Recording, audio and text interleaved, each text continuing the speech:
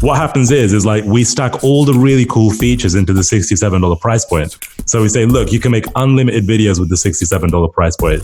You get resale rights with the $67 price point. You don't get any of that stuff on the 47. So really, nobody's going to buy the $47 price point. Sure. All that happens is you're just increasing your conversion rate by having the other price. Boom, boom, boom, boom, boom, boom. What's up, everybody? You're listening to the Hustle and Flowchart podcast with your boys, Matt Wolf and Joe Fear. Check it. What's up, y'all? Sup, Matt. Oh, yeah, and y'all listening. It's actually probably one person listening. Just the one of you? Typically, it's one person listening to a podcast at a time. I think. Welcome back, all one of you. All one of you. That's nice. Is that how you address people? Yes. All one of you. How are you today? Yeah. That's what when you come over to my house and we're sitting down to record our podcast, I'm like, welcome all one of you. And then I look over my shoulder both ways, but oh yeah, it's me. Okay. Yeah. He's just kind of awkward. It's okay. Yeah. If you don't know that by now, then you haven't been listening to the show long enough. Oh man, it's true, and it is the end of the day. That's when we record our intros. I just live in my awkwardness. I just embrace it. You embody it very well. I embody it, and I spread my awkwardness like I don't know. I don't have a good analogy. All over the podcast airwaves. I'm sure if I was to keep going with an analogy, it would have just gotten dirty somehow. That's why I was lifting my eyebrows going like, what is he going to say next? I don't know, but right now I'm going to transition to Joey Xoto. Joey Xoto. Not a Xoto. Just Xoto. Yeah, Joey Xoto. He's got like the coolest spelling last name, by the way. Yeah. Xoto. It's badass. Yeah. It seems like, I don't know. Like X. Yeah, you could go around and be like, what's your name? I'm Joey X. What up? Dude, that's like a hacker name. Yeah, Joey X. That's his real name, too. Yeah, I think it is. I don't know. Did we ask him that? No. I'm pretty sure it is. Okay. Whatever. Anyway. Joey's got a badass name. It's almost as badass as mine, but just kidding. equals here. Okay. Okay, Wolf. Okay. We all got cool ass names. Okay, all right, Fear boy. Joey Xoto. He was very gracious with his time. Yeah, this is on the longer spectrum of most of our shows because we were talking about really, really, really good stuff. We covered a lot of ground. We talked about the story of his software company Videos and how that came to be. They've done over $30 million. They do $30 million in as a SaaS product, yeah, and they're doing something like he actually didn't say it on there, but they do killer MRR. I think it's almost to $500,000. Yeah, they're running about that's what our notes say here. Yeah. So if these notes are wrong, I'm sure Joey or somebody will call us out on them, but they're approaching the $500,000 a month in recurring revenue. Yeah, monthly recurring. I mean, Joey's a badass in videos, so let me just spell out the name because it's not totally obvious. VIDDYOZE is the name of their company. Really cool tool. Check it out. And let me give a quick rundown. So basically what this does, they're not a sponsor or anything like that, but I feel, I don't know if we really dove super deep into what the tool does on the episode. So I'm just going to real quick, basically what you do is you take your logo for your brand and you upload it into their tool, and it makes the really cool stinger front of, what do you call the front of a video? It's like a logo entry. Yeah. Bumper, stinger. Logo, stinger, or bumper. Whatever you want. And it makes those. That was kind of the original version of videos, but then over time they added more and more and more video templates, and now there's you can just do all sorts of crazy stuff with video with this tool now. It totally up levels your video production. You can use it for Facebook ads, promo videos, whatever. So check it out. It's super cool and super cheap too. Yeah, VIDDYOZE. And so we talked about the story behind videos. But then he's also a very prolific affiliate marketer as well. And, if you've been listening to our show for a while, you know that affiliate marketing is our game. We love affiliate marketing. That's what we do. That's how we make most of our money. So we wanted to go down that rabbit hole with him and talk a little bit about what he's doing to make affiliate sales. And the way they're doing it, it's simple, but it's brilliant. And it's something that nobody else is doing. Yeah. And so he breaks down what they're doing to sell affiliate stuff. Yeah. Yeah. He breaks it down really deep. And he also broke down... He broke down the way he progressed to this point of videos. He actually talks about the failures, successful launches, a bunch of failed launches, and we broke down why they failed, what caused the successes, and especially with videos, he actually really dove deep into how they've grown this thing. And I thought what was really cool is one of his partners, David Chamberlain, actually is a guy that we go way, way, way back with. Yeah, almost 11 years now. Yeah, it's crazy. So we're in the same coaching program with him, and he's a big pricing guy, I guess, and there's actually good pricing at the end of this, a pricing type book that he recommends, but pricing is so powerful in their growth, it seems like that was a big piece of everything they've done.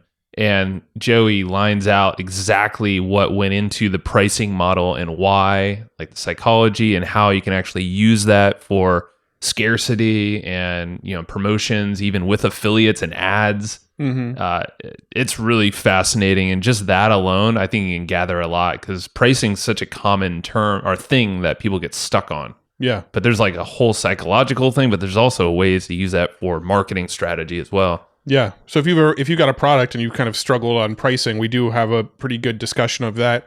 And then kind of towards the end of this episode, we actually dug into a topic that I think has kind of become one of mine and Joe's favorite topics to talk about on the show. And that's the topic of mental health and burnout, and how do you constantly stay, excited about running a business, and how do you get up every day and keep doing the same business over and over again, and the mental toll that it takes on you, and how to sort of counteract the mental tolls that it takes on you.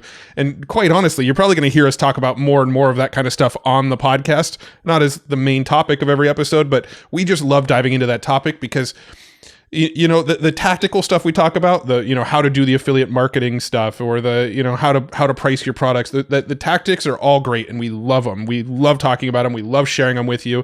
But at the end of the day, the stuff that's going to make the biggest impact on your business and your life is getting your head screwed on straight. Right? Yeah, man. Yeah, that was like the tail end of this conversation. And this podcast is a long one, but damn, we covered a lot, and they're all like, I feel like they're in like different chapters. Yeah. That's how this podcast went in this episode.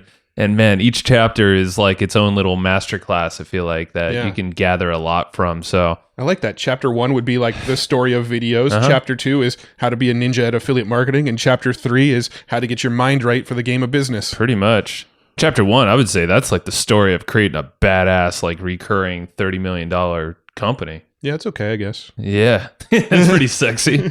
But yeah, man, that's how it was. And Joe is just such a cool guy. And so we got them notes too. There's a lot of notes. There's a lot of notes, and you're going to love them notes. So the notes, you can get them one of two ways. You can pull out that phone and text to 38470 is the phone number. Comp. Just text the word comp, C-O-M-P. That's 38470 comp. These notes are absolutely free. Absolutely free. You ain't going to pay anything. Ain't going to pay anything. You can even use your old school dusty desktop. Even use that old school dusty desktop. And you can open up your Internet Explorer that browser. Thing. Yep. Netscape. Open up your Netscape browser. And your CompuServe browser. CompuServe, I was trying to go... Prodigy. Prodigy, there we go. Now we're going really deep. Yeah, open up your Prodigy browser. Open that up. If you're old school, like some people, that's okay. We do it occasionally. Go to hustleandflowchart.com/comp, C-O-M-P, hustleandflowchart.com/comp. Notes. Same exact offer. Yeah. So. I hear if you're on America Online, is that what it's called? AOL, America Online? Yeah. Yeah. So if you're on America Online, the site loads perfect. So preferred browser is AOL. AOL, you mean? That was the old thing. When could you get the sound? That's a modem sound. Yeah. That wasn't AOL sound. And then somebody picks up the phone to make a call and you're like, Mom, I'm trying to get on the internet. Mom, I'm trying to play Counter-Strike. I was going to say Wolfenstein, but that wasn't on there. I thought you were going to say, I'm trying to load Playboy.com. You know me too well. Yeah. Mom! Although that's probably not something you would admit to your mom, huh? No. Probably not. Now, so yes, but not then. Yeah, not then. Now, yeah. All right. So, yeah, get the notes. And so they are free for 2 weeks for this episode. Basically, that's how it works. Every single episode, that's free for 2 weeks. That's just a rolling thing. Let's just be honest. And after that, it goes into our Epic Vault. Our Epic Vault is so cheap to unlock. It's only $15. That's true. It's super cheap. And you literally don't get just all the notes, but you literally get pretty much all the content that we ever produce anymore. Yeah, it's the only gated content we have anymore. So yeah, and as you probably have heard from previous episodes, or if you've not, we have a shit ton of content. So every single note that has been taken on this podcast, which is We're approaching almost every single one. I don't know what episode this is, 250-ish. I don't know. So yeah, you basically get an open vault to everything. So if there's like an episode from even last year that just piques your interest, hey, it's in there. This is episode 249, by the way. There you go. Anybody You rounded up. I rounded up by one. But yes, all of the notes from all of our podcasts. I mean, some of the early podcasts, like, from episode like 10 through episode like maybe 50 or something, we're still working on. We're working on that batch still, but we are going back. We are going back through all the backlogs so that anybody who signs up has notes for every episode we've ever recorded. And then we even just made a traffic course. We're like, let's make a new traffic course on like some of our favorite like super cheap tactics. And we made that traffic course, and we originally were like, all right, let's go sell this traffic course. And we're like, actually, let's just give it to Epic members. So like we literally made a traffic course and then just decided to give it to the people who are paying the $15 a month. So we as you probably noticed, like we just don't like to actually sell a bunch of courses. We like to talk on the podcast. Yeah. But the outlet, and this is more of a time saving / like we know a lot of people will miss things. That's why we have this Epic membership. And that's why we're trying to make it super accessible, $15 a month. So that's all. Go check it out. But go to us on flowchart.com/comp. That's how you get in there first. So. Yes, just start there. Let's go talk to Joey. Yeah, let's do that. Alrighty. Before we jump over to that episode, let's talk about LinkedIn real quick. LinkedIn is awesome. Yeah. So this is a new tool in our arsenal. Newish. We've been on LinkedIn for a very long time, actually. Yeah, but the engagement on LinkedIn is amazing right now. And we've talked a lot about it on the podcast. We've had experts on the show chat about, literally pure businesses on LinkedIn. Organic's great. The paid stuff's great. There's a lot of groups. There's just a lot of interaction there with a ton of small business owners. A lot of folks that actually find us for this podcast found us on LinkedIn too, which is rad. And there's some crazy stat actually. 62 million different decision makers are actually on LinkedIn. And what we have here, Matt will tell you in a second, but there's actually some ways to get there is a way, I'll tell you right now, is to get free credit for LinkedIn ads. Yeah, so LinkedIn ads are going to help you reach the right professionals at the right time, because this is literally where all the busy professionals hang out. Like all of the people that are just at really high levels in their businesses, they're on LinkedIn. LinkedIn ads will let you get in front of those people. But you know what? We're going to make it super easy for you to go try LinkedIn ads. You can try it for yourself. LinkedIn is offering a free $100 LinkedIn ad credit to launch your first campaign. Simply visit linkedin.com/flowchart. That's LinkedIn, as Matt points at me. That's linkedin.com/flowchart to get that free $100 credit. Terms and conditions do apply, but definitely get over there. Go try it for yourself right now. Thank you. Ready. Yo, Joey, how you doing, man? Well, good, man. How you doing? Doing great. Yeah, I know it's late over there in the UK. Thanks for a little bit. Just a little bit. Are you used to working late or not really? Not so much these days. Good for you. You got a family and everything too, so you gotta. Yeah. So you and Matt, I think, go back a little further than you and I. Yeah, I actually do not remember exactly how we got connected. I think you might have had a connection to Josh Bartlett, who I was partners with, 4 or 5 years ago, and I think that's how we got connected. And we know David Chamberlain very well. We go back with David probably almost 11 years now. When I was first starting out, I was making I was basically trying to do stuff for all the top marketers at the time, and I was just trying to kind of offer value wherever I could. And I remember at the time, Josh Bartlett was releasing, I think it was Easy Video Suite at the time, which David actually worked on, I think, as well, or maybe the first one. It was one of them. I said to Josh, look, I've got loads of video tutorials and stuff on how to make videos, and if you want to use them, you can use them. And that's how I kind of got into Josh Bartlett and built a kind of a relationship with him. And then I think it crossed over at that point at some stage. Yeah.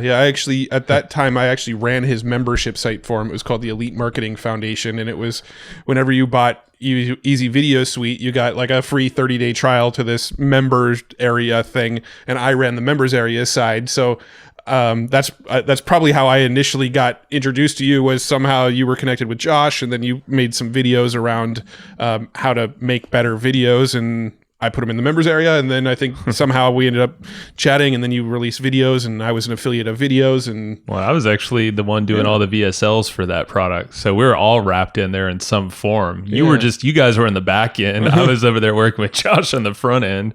That's interesting. We were all right. We all had a hand in it. So that makes sense. All connected. Yeah. So we can safely assume that the three of us are the reason for Josh's success. Take that, Josh. Josh would agree, right, Josh? I'm just kidding. That's funny. Well, cool. Let's dive a little bit back into your backstory. How did you actually get into the digital marketing world? What were you doing before you were doing videos? I know you were providing value and creating content. How did you what were you doing before this, and how did you kind of get into this stuff? Yeah, I mean, basically, I used to work as like a part-time kind of videographer back in the day. I used to shoot like weddings and birthday parties and, pretty much all the basic kind of stuff. And what happened was I lost my job in about 2012. I was basically working in an accounts company. They told me they didn't want me anymore because I wasn't motivated. To which I agreed, like, heavily. And then I was actually, the crazy thing was like I was engaged at the time. Yeah. So I think I got laid off in like October, and I was getting married in May. So I had like 6 months ish to kind of like make $30,000-$40,000 because I'm of like I'm Indian. And like in our culture, our weddings are like, huge, like they're massive. Like you can buy a house people. they're like huge, and like, which is all good, whatever. So I was just kind of like, I told my fiance like, look, like I know we got to like kind of save all this money, but I just can't work for anybody else. Like I'm going to go and figure out how to do this thing, and I landed on the Warrior Forum. Which I'm sure a few people probably know what it is. And it's essentially just a forum full of digital entrepreneurs, and they're all trying to figure out how to make money online. And I came across Alex Jeffries. You remember Alex? Oh, yeah. From back in the day. Alex was basically the guy at that time in the IM world. He was, probably one of the leading coaches. And in fact, David was in his coaching. Josh Bartlett was in his coaching. Dean Holland was in his coaching. That's literally how we know all those people. We went through Alex Jeffries' coaching at the same time as Josh, David, and Dean. Right. We were in the same class, if you want to call it. We were in the same class of people with those people, yeah. Awesome. Well, there you go. So everybody was basically under Alex's kind of wing at some stage. And the only thing was I wanted to work with Alex kind of like on a one-to-one basis. And at the time, he was like, yeah, if you want to work with me one-on-one, it's going to cost like $20,000 or something. And I was like, yeah, I've got like $20 in my pocket. So that's not going to work. So I basically messaged him on Facebook and just said, listen, like, I've got like these whole kind of set of skills in terms of video. I can shoot some really cool content. And I would love it if you could give me an opportunity just to show you what I can do. If you like it, maybe offer me some kind of training in return, some consultation or whatever. He basically said he wanted me to prove myself to him and kind of make a video to show what I could do. He didn't want to just like kind of offer the coaching or whatever, because it was obviously it's a big deal. And I didn't even have a camera at the time because I'd sold everything. So I had to basically borrow a camera, and then I had like 24 hours to go and shoot this video, which I shot eventually and sent it to him. And he basically posted it into his inner circle group on Facebook, and all the students were basically like, you got to take this guy on board, and he's really kind of ambitious and whatever. And then one thing led to another, and Alex basically brought me out, and I went and shot this video for him, which was the marketing with Alex video. Oh yeah, that was yours, huh? Yeah, that was my video. Josh actually watched that video and kind of like replicated the style and stuff, and a lot of marketers did kind of take the formula of that video and tried to recreate it, because it was quite a powerful piece. Like Alex has a really interesting story, and I just thought like it's such a good story to tell as a marketing video. It's really cool because Alex has got this really emotional story, and it's like people crying. And he was telling me, I met Alex just 2 weeks ago actually. The first time I've met him in 7 years. It's been a long time. Yeah. And he's out in San Diego now, out here. Yeah, and he actually came down because we're shooting a documentary about me this time. So nice. I really wanted Alex to be a part of it because he's really kind of synergistic to kind of like what my story, and he's a big part of it. And, he was telling me, look, we still use that video now.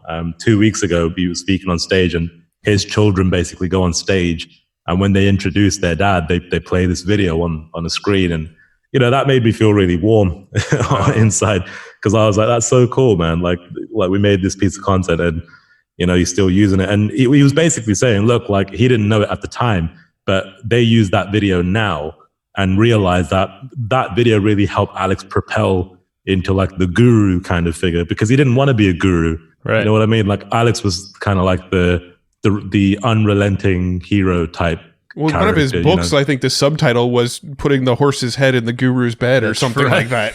Yeah, exactly. So he was the mobster. He was very anti-guru, and that video kind of changed that, I think, for the better. And now Alex is flying. He's got an amazing coaching business, and it was all my fault, basically. No, I'm joking. You created a monster. It was just no. It was a good video, and then because of that, people really wanted to know how to make those kinds of videos. And at the time, I was completely broke. I didn't even know how to make a course or anything. But Alex kindly kind of gave me the guidance I needed to create my first course. So it was in March of 2013. It was literally 2 months before my wedding. I released my first course, and I sold, I think it was about 2,500 copies of the course. And it was like a crazy moment, really. It was just exciting and emotional and all these things. And I managed to pay for the wedding, pay for our honeymoon, and the rest is basically history. That's cool. I'm curious, really quick, like how did you make that many sales at that period of time? Were you leveraging affiliates, Alex helping you out? How did that look like? It was just all affiliate recruitment. Like basically, like in the launch kind of community, one of the things that you do when you put a product out is you create an affiliate video, or a JV video, we call it. Mm-hmm. And I just thought, look, like I could make a JV video that's different to everybody else. I could do something really different. And that was the only thing I had in my mind. I just wanted to create something where if any JV saw it, they were just like, whoa, like this is cool. This is like completely different. So that's what I did. And it got the attention of the top video guys at the time. Todd Gross was, even then, was pretty much one of the big video affiliates. I think Mark Dulis was one of the big video guys at the time. Todd Gross is the one that was like the weatherman or something, right? Am I thinking of the same guy? I think it's a different guy. Okay, maybe not. Todd Gross is he was like a the weatherman. Okay, yeah. So same. I am thinking of the same guy. Okay. Yeah, weird actually, because Todd was actually portrayed in a movie as somebody played Todd Gross in a movie once, which is quite weird. Yeah. It wasn't the movie Anchorman, was it? No. I'm like, I don't know if that's for the best. It's pretty awesome. But so even Josh Bartlett ended up promoting it, and a few big guys picked it up and pushed it, and it done quite well. What was that first course? Do you remember the name of it? Of course, I'm sure you do. Oh God, it wasn't a good name. It was get ready. It was called the Video Marketing Guide. Oh, nice. That's way better than the name of the first launch I ever did. Oh, is it affiliate or no? No, the first launch I ever did, I made a product called the Autopilot Cash Formula. That's right. You don't get much more hypey, spammy than that. Autopilot. Yeah. We've all done it. We've all got weird ones. Like my second one was the video induction system. That's getting better. Yeah. Yeah, it was like the whole premise of that one was like creating hypnosis video scripts, hypnotic video scripts. That's what that one was about. That's cool. Well, you definitely did something right, man. Like with starting with Alex's video way back when, and obviously, Josh, you said he kind of modeled a similar approach, and just throughout all this, like I think you were doing some really interesting storytelling and visuals in a new way that the industry wasn't familiar with. Do you think that was like a big part of this? I mean, I don't know how much of an influence it had, but I would like to think it had some, because I know a lot of guys. I know a lot of guys have spoken to me about it and said, it was because of that video that I decided to do this kind of video and that kind of video. So I think it had some impact. How much of an impact, I'm not sure. Now, do you know if that video is still floating around somewhere? Like if I wanted to post it up in the show notes or something, is there a place where we could share it? Yeah, it's still on YouTube. If you just type in "marketing with Alex," it's still there. Marketing with Alex. Okay, yeah, we'll look that up and we'll share it in the show notes just so anybody listening could kind of see what you're referring to when you say this style of video. Good call.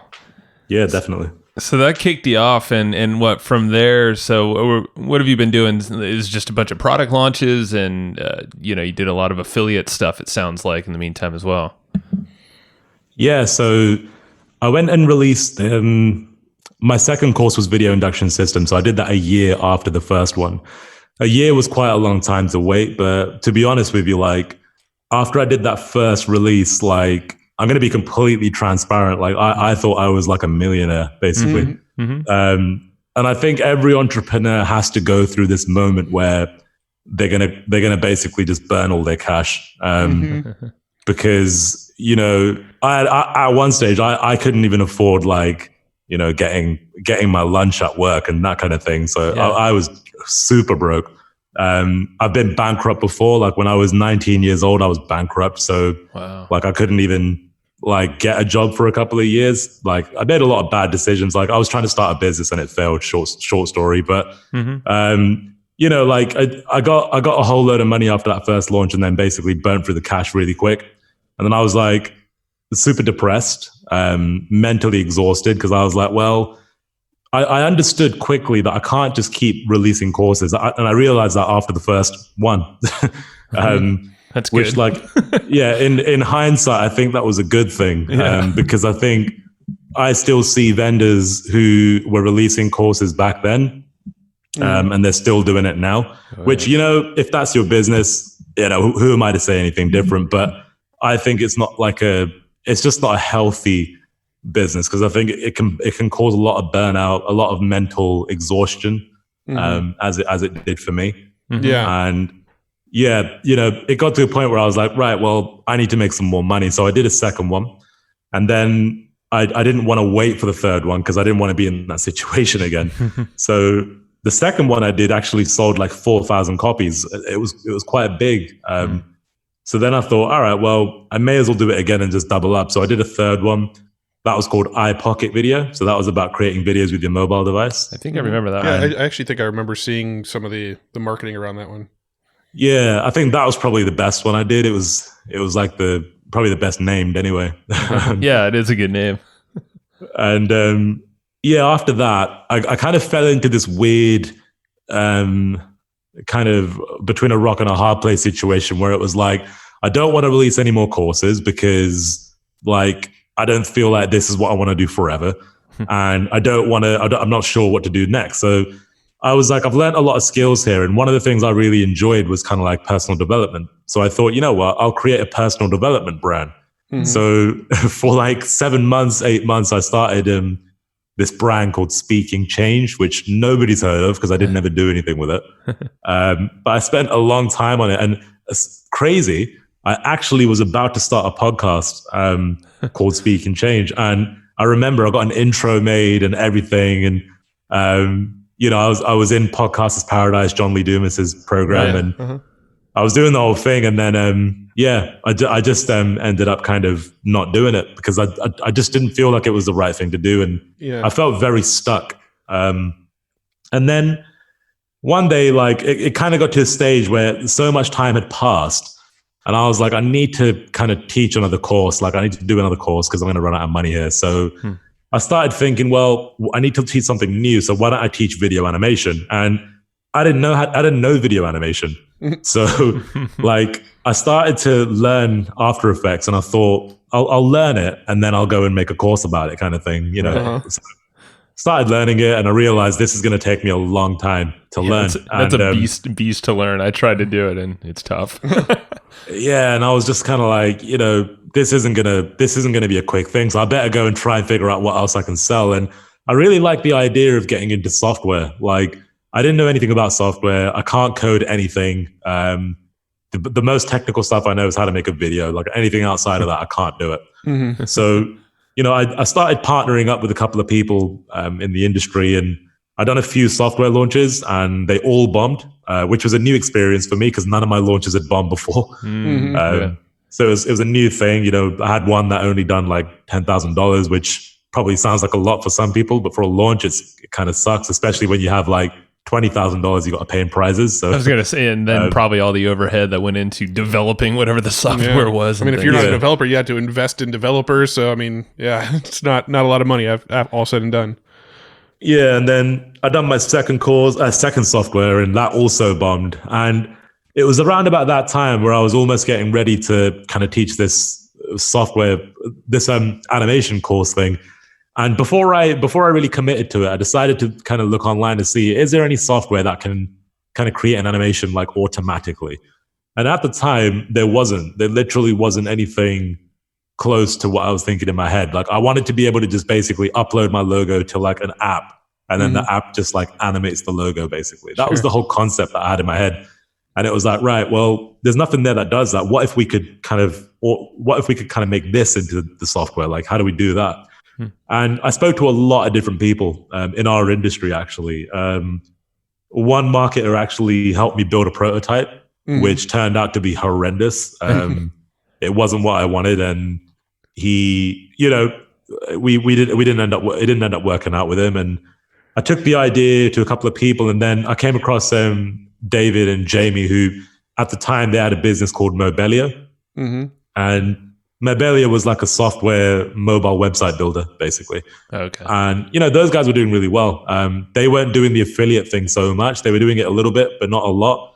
And I kind of liked that about them. I liked the fact that they were building software, but they weren't relying just on affiliate sales. So I was like, well, maybe these guys are worth speaking to. They've already got a software company. They've had it for a couple of years, and they're in the UK. So they're local to me, and I can probably go and meet them and stuff.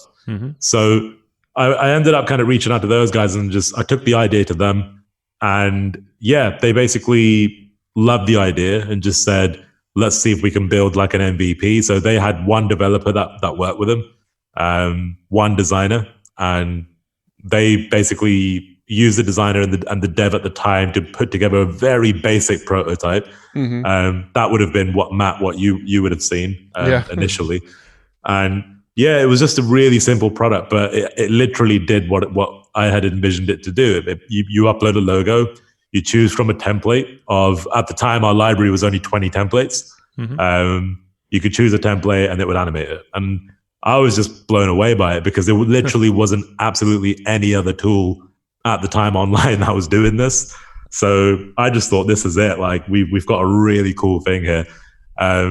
So I went because I felt so passionate about it, kind of reinvigorated my joy for launching a product. And my whole mindset for videos was like, I don't want to make this a product launch. Like I want to make this the launch of our business, basically. Like that was always the mindset with David and Jamie. And I remember us all talking about it together, just like, we need to like find a way to consistently make sales where we're not relying on affiliates and not relying on launches and that kind of thing. We need to build a real thing here that's going to last. So we had a lot of ideas about how we were going to do that. And it all came down to the pricing model and how we basically funnel people through the product. So maybe I should explain kind of like how the different levels of the product work. So you've essentially, when we launched the product, like we had 20 templates, right? And we thought, right, if people buy videos for 20 templates, like what's the perfect upsell? Well, if it was me, like I would just want more templates because like if you look at products like, at the time, if you look at products like Optimized Press, that was the page builder back then. Yeah. Right. Optimized Press basically had like a template house thing, I think it was called. And all they would do is just create new templates all the time. And it was really engaging for their audience at the time. Wasn't that like a recurring upgrade or something too? Yeah, exactly. Yeah. And we pretty much thought, well, we can just do a similar thing to that. Like we just keep making templates. And we wanted it to be a low hanging fruit thing. It was $37 a month. So it's still $37 a month. It's not super expensive. And the front end of the product basically gave you access to the 20 templates that we already had. So the crazy thing is, I can say this now because it doesn't matter anymore, but we didn't have any upsell templates at the time. We basically had 20 templates on the front end, and then it was coming up to the launch and we were like, well, we're just going to have to create them whilst we launch. Like when we're just going to have to keep adding them as we're selling it. It's a perfect way to put your back against the wall and get shit done, you know?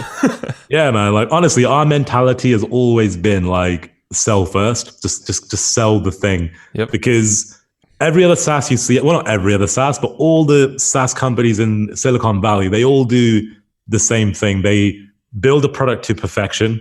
They spend hundreds and hundreds of thousands of dollars to build the product, and then they do a free trial.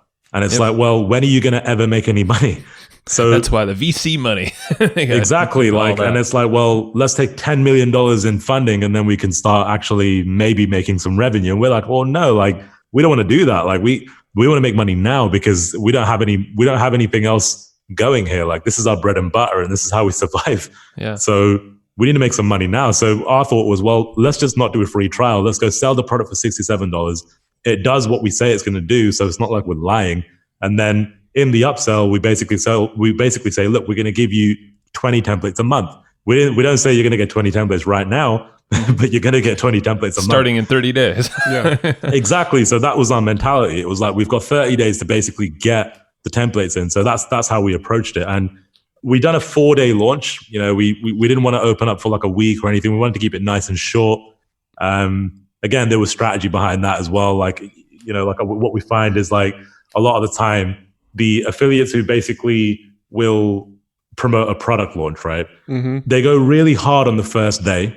And then on the second, third, and the fourth day, and the fifth day, and the sixth day, everybody's basically tapering off onto other products. And so are your customers. Like all the customers are basically looking at 100 products a day. Yeah. So we thought, you know what, we'll do a really short launch, 4 days. On the first day, everyone's going to go hard. On the second day, we'll raise the price. So it gives everybody a reason to buy it again.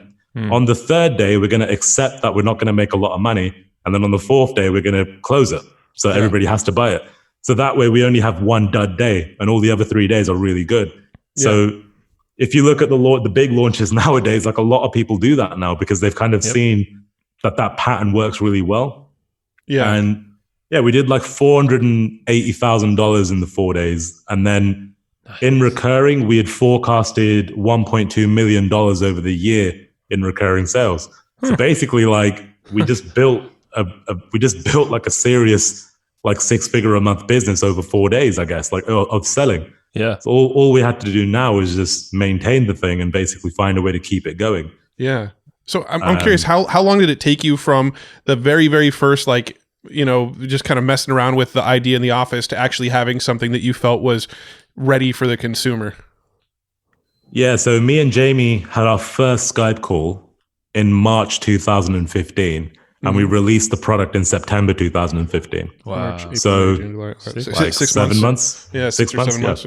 Damn. So it wasn't a long time. It was, you know, it was to launch a business from scratch, like with absolutely nothing there. I think it's okay. Like 6 months is not bad. That's pretty good. That seems really fast to me. So I'm curious about the 2 failures you had prior to videos doing well. So what do you know, like what the factors were for those things flopping? Because those were 2 software launches too. Yeah, I think the marketing just wasn't there. The pricing was not well thought out. I was really desperate to create a recurring income, basically. And we really tried pushing the recurring pricing on the front end of the launch. So I was trying to go $27 a month or $37 a month, but it's right at the front end of the product launch. So right at the top of the funnel, basically. Yeah. And, you know, that I think sometimes, for me personally, it's not worked. Like it's not the best way to siphon leads into your business, because what happens is like, you're basically bringing somebody right to the top of your funnel and you're saying, right, pay me every month. If they say no, that's it. Like they're gone. So you've not got a chance now to go and get them to pay you every month. Whereas what we did with videos is we had 2 price points on the front end. We had $47 and $67 one time. And what we did was, there's a great book called, it's called Something Irrational or something. It's about David's favorite book. It's about pricing and irrationality, basically. Okay. But basically all it is that the $47 price point is created as a decoy to the other price. So what happens is like we stack all the really cool features into the $67 price point. So we say, look, you can make unlimited videos with the $67 price point. You get resale rights with the $67 price point. You don't get any of that stuff on the 47. So really, nobody's going to buy the $47 price point. Sure. All that happens is you're just increasing your conversion rate by having the other price. So anchors this price in their mind. That's still Exactly. not that. It's only a $20 difference. You're like, well, shit, that's no brainer. Yeah.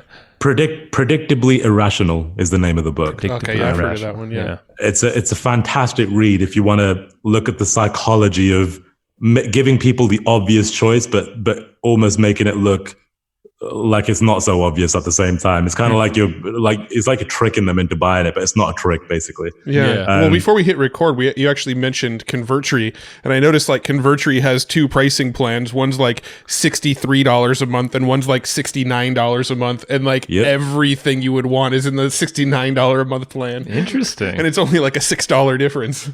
Yeah, and like honestly, if you look at a lot of the software launches right now, like you will see the $67 price is very prevalent, and I would like to think it's because we've hit that price point literally for the last 5 years now, and it's such a perfect price point for the upsell. So you spend $67, and then it's a $37 upsell into a template club. Yeah, so that's what I like. Is like it's a lower price. Obviously it's recurring, so it will stack up to be more, but the 37 should be like it's a no-brainer. I want it all. Yeah. And like the whole concept was like $67, like, and again, I think there's a misconception that you need to charge $7 or $10 to get all the leads, but I really don't think that's the case. Like we charge $67 on the front end, and we done, I think on the first launch we done like 7,000 front end units. So I really don't think that the front end price has to be as low as people feel it has to be. Right. It's all about just kind of stacking the value. And then what we do is we get those 7,000 people in, and now we've got an opportunity because they're on our list to just keep pushing them into the template club. Yeah. So that's all we did. Like as soon as we finished the launch, everyone got pushed onto a webinar, and we say, right, now we've got an annual offer for the template club. You can get 3 months free if you buy it like upfront right now. And we done, I think we must have done like 150, 200K on that webinar too.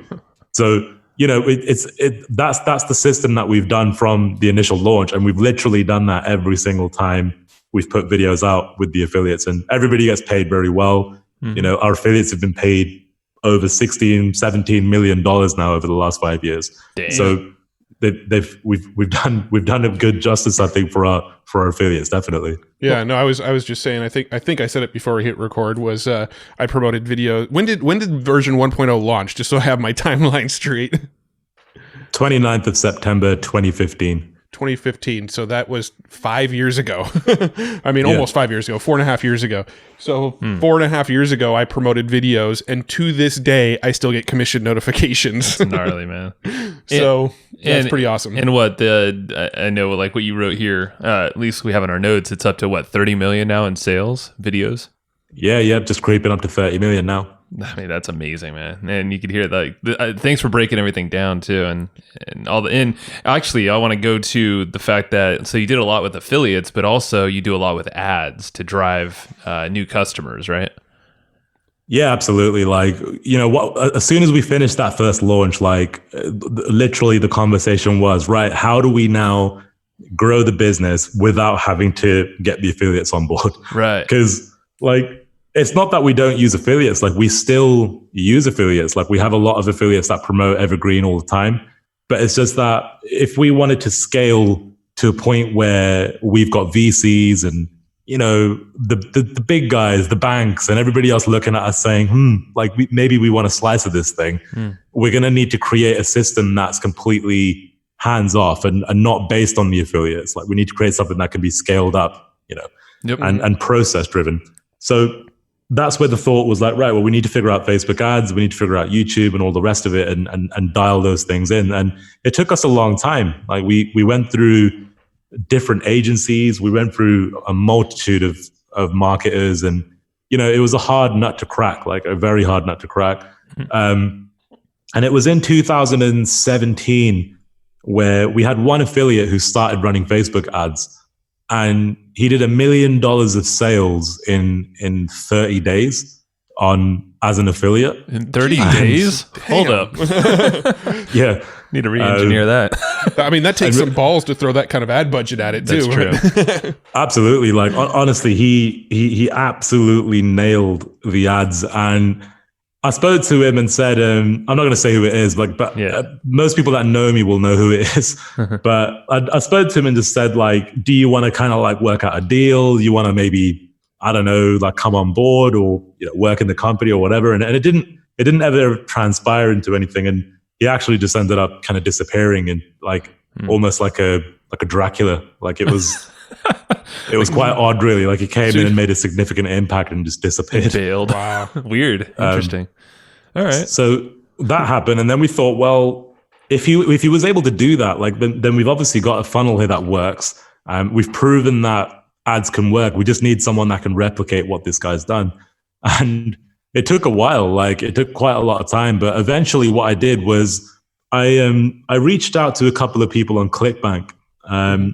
Because on ClickBank, it's a different world. Like we sell on JVZoo. We used to sell on JVZoo. And ClickBank wasn't something that we ever really got involved with. And we ended up deciding to put the product on ClickBank and seeing what kind of affiliates we got. And there was a group of affiliates who were doing very, very well, really good with ads and just so knowledgeable with how they were approaching everything. And I'd done the same thing with these guys and just said, listen, like we want someone that's going to work full time in our business. And we'll cut you an amazing deal kind of thing. And we'll give you all the resources you need. We'll give you a team. We'll give you designers, video creators, whatever you want. Wow. But we just want you working in our business pretty much 7 days a week. And that's what we have now. So that's pretty much how we secured the guys to run our ads. We had to cut them an amazing deal, and it's definitely worth it because right now, like me, David, and Jamie don't have to worry about running ads.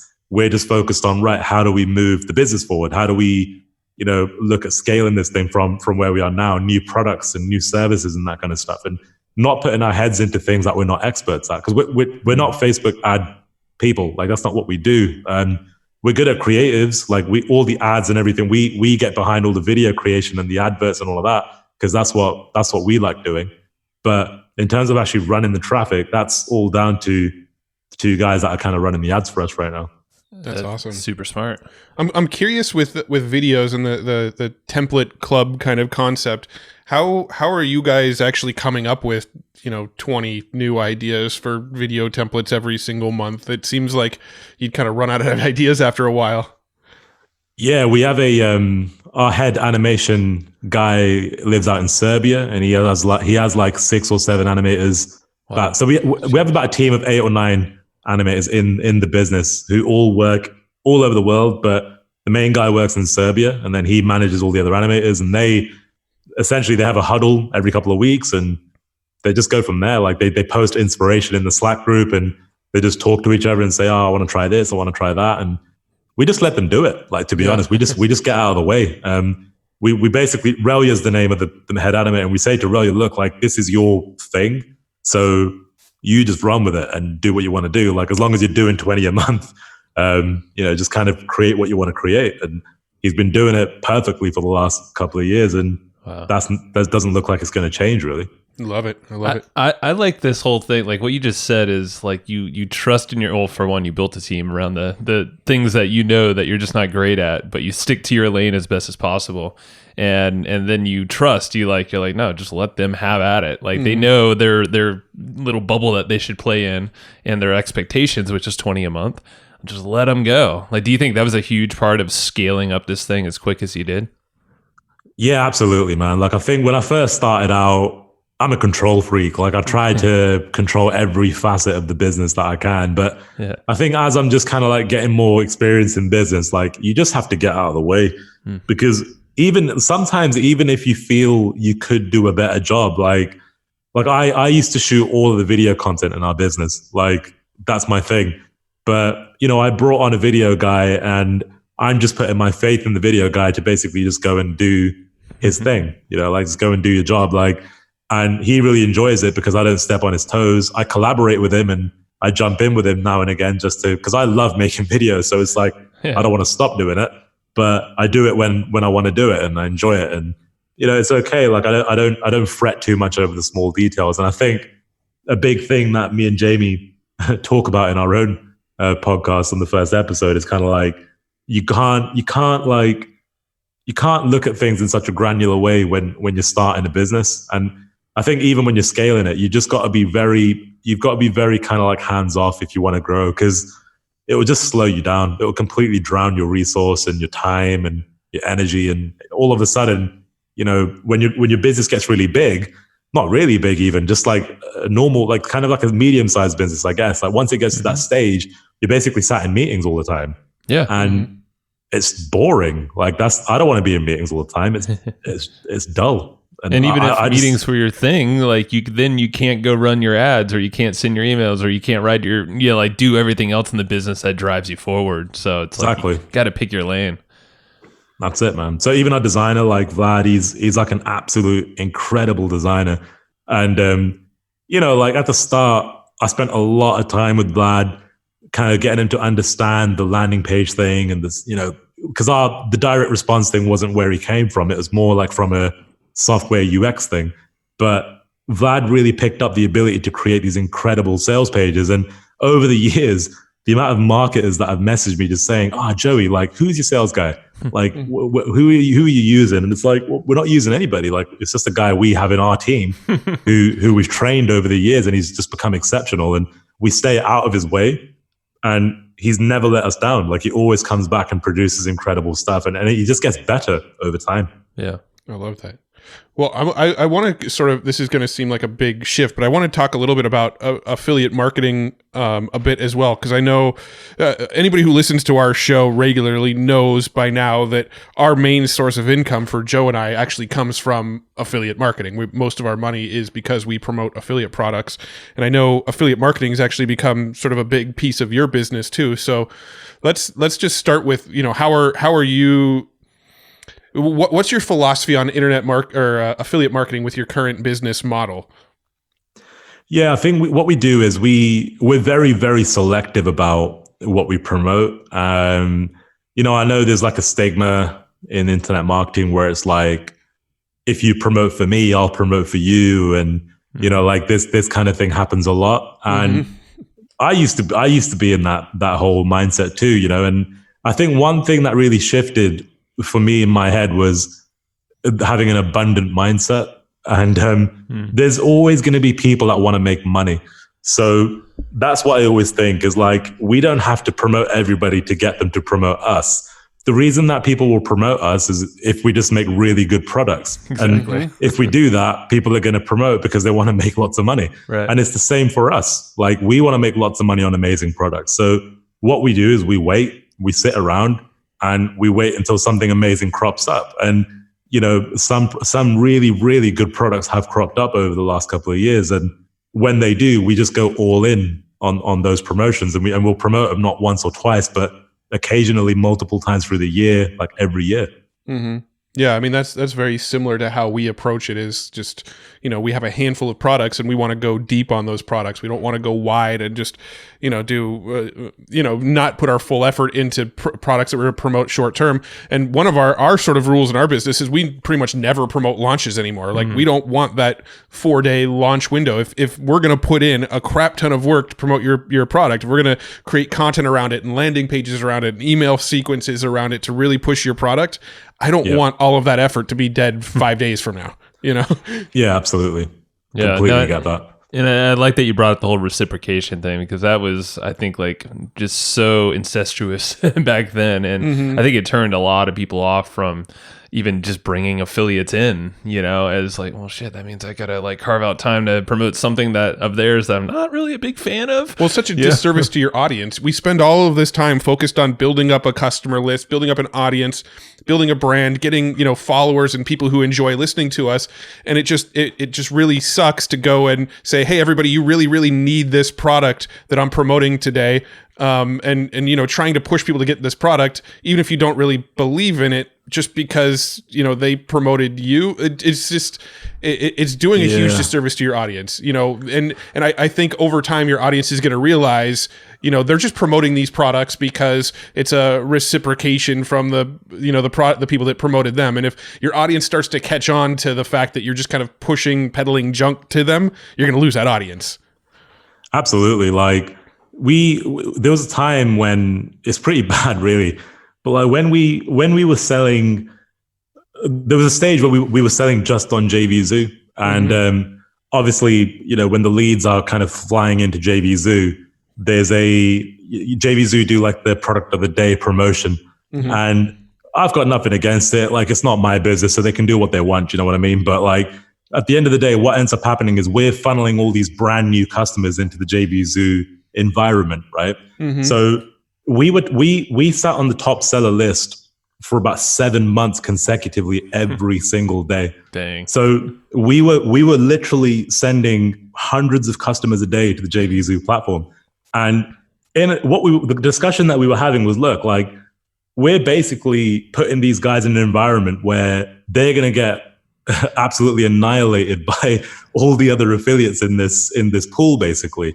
Like, and that's not even our fault. It's just like, that's just where our product's set up, basically. And that's why we actually ended up moving away and putting our product on Stripe completely away from any affiliate platform, because we wanted to have full control over what happens to the leads. Sure. And, there were times where we went to events and things like that, and we'd have customers come up to us and say, hey guys, bought videos. Hey, by the way, you send a lot of emails. I get these really weird emails and I'm not sure why. And it's like, well, it's not really our fault. Like, it's just the kind of environment you're in, basically. Yeah. And it's just like a really bad answer. It's like, I don't want to have to answer that question to our customers when we see them face to face. Well, it seems really like uncomfortable. it was a way to launch your business. A lot of people are doing the same thing, but yeah, there's a time and place to, for the launch. And then after you do a certain threshold, you're like, time to migrate to my own thing. It's like to a system you have full control over.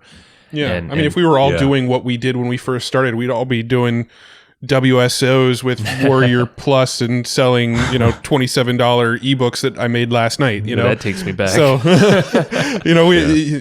eventually you got to evolve, but that, you got to start with what you know. Sure. Yeah. Absolutely. Yeah. So for the affiliate side, so you're super selective. How do you typically promote offers when you are selective? Is it emails, ads? Do you have kind of like a system there? Yeah, it's like a bit of everything, like what we normally do is we'll take the product away, and if we can, we'll get the vendor to basically either fly to our office or we'll go to their office and we'll actually do like an on-camera video. So Jamie will basically sit with the vendor and kind of demo the product and stuff in like a really cool kind of, like, just a really nice piece of video content. So if somebody was watching it, it's like, this isn't just a typical promo. It's like an actual thing. I like that. And we basically, like Andy Fletcher and Neil at Convertory, they're a really great example. Every time we promote those guys, because they're in the UK, we get them to come up to our office in Manchester. So when they come over, we'll sit down for a day, we'll film them, and we'll interview them on camera and say, okay, well, tell us about Convertory, what's new, why should people buy it? And we do like this whole thing it's like a really valuable piece of content where our audience actually gets to see the vendors on camera, so they can build some rapport and trust and that kind of thing. Yeah. And then we basically mail that out to all of our customers. We'll run ads and all the rest of it and get everybody warmed up to the vendors and to the idea of this product. And then we'll set up a short kind of promotional window in which we're going to basically run the campaign. So when I say short promo, I don't mean like 2 days. I mean more like 2 weeks, 3 weeks kind of thing. And then we'll basically run a really nice campaign to our list and set some bonuses up and that kind of stuff, and typically it's just emails. Like, emails is pretty much the primary way we do it, and then we'll throw in some training webinars, Facebook ads, basically. So nothing super complex, to be honest. Like, it's just more it's just the type of content we send. We just put our time into the content and make sure it's good. It's not like a super pitch fest. We try to make it in a way where what they're going to get is really valuable for our customers specifically. So Convertory is like a page and funnel builder. So, we're a video software. So on the surface, there isn't really any kind of crossover really. But the way that we basically do it is, we know our customers like making videos and they like selling video content. So what Andy does is he basically creates us like a video market funnel, a video marketplace funnel. So our customers can basically take this template and they can use it as a way to advertise all their videos on their funnels and on their pages. So Andy does a really good job of basically giving us a reason to promote it, first of all, because it gives our customers a really nice, easy way to create websites, because that's a big problem every business owner probably has. So as long as the product has a good synergy with our audience and we can find an angle to promote it, then we're always going to basically put all of our effort into that. It's all about just finding the angle. Like, it's not always going to be obvious, and it doesn't always have to be a video product. It's just about how do we kind of fit this with our audience and how can they make use of the tool.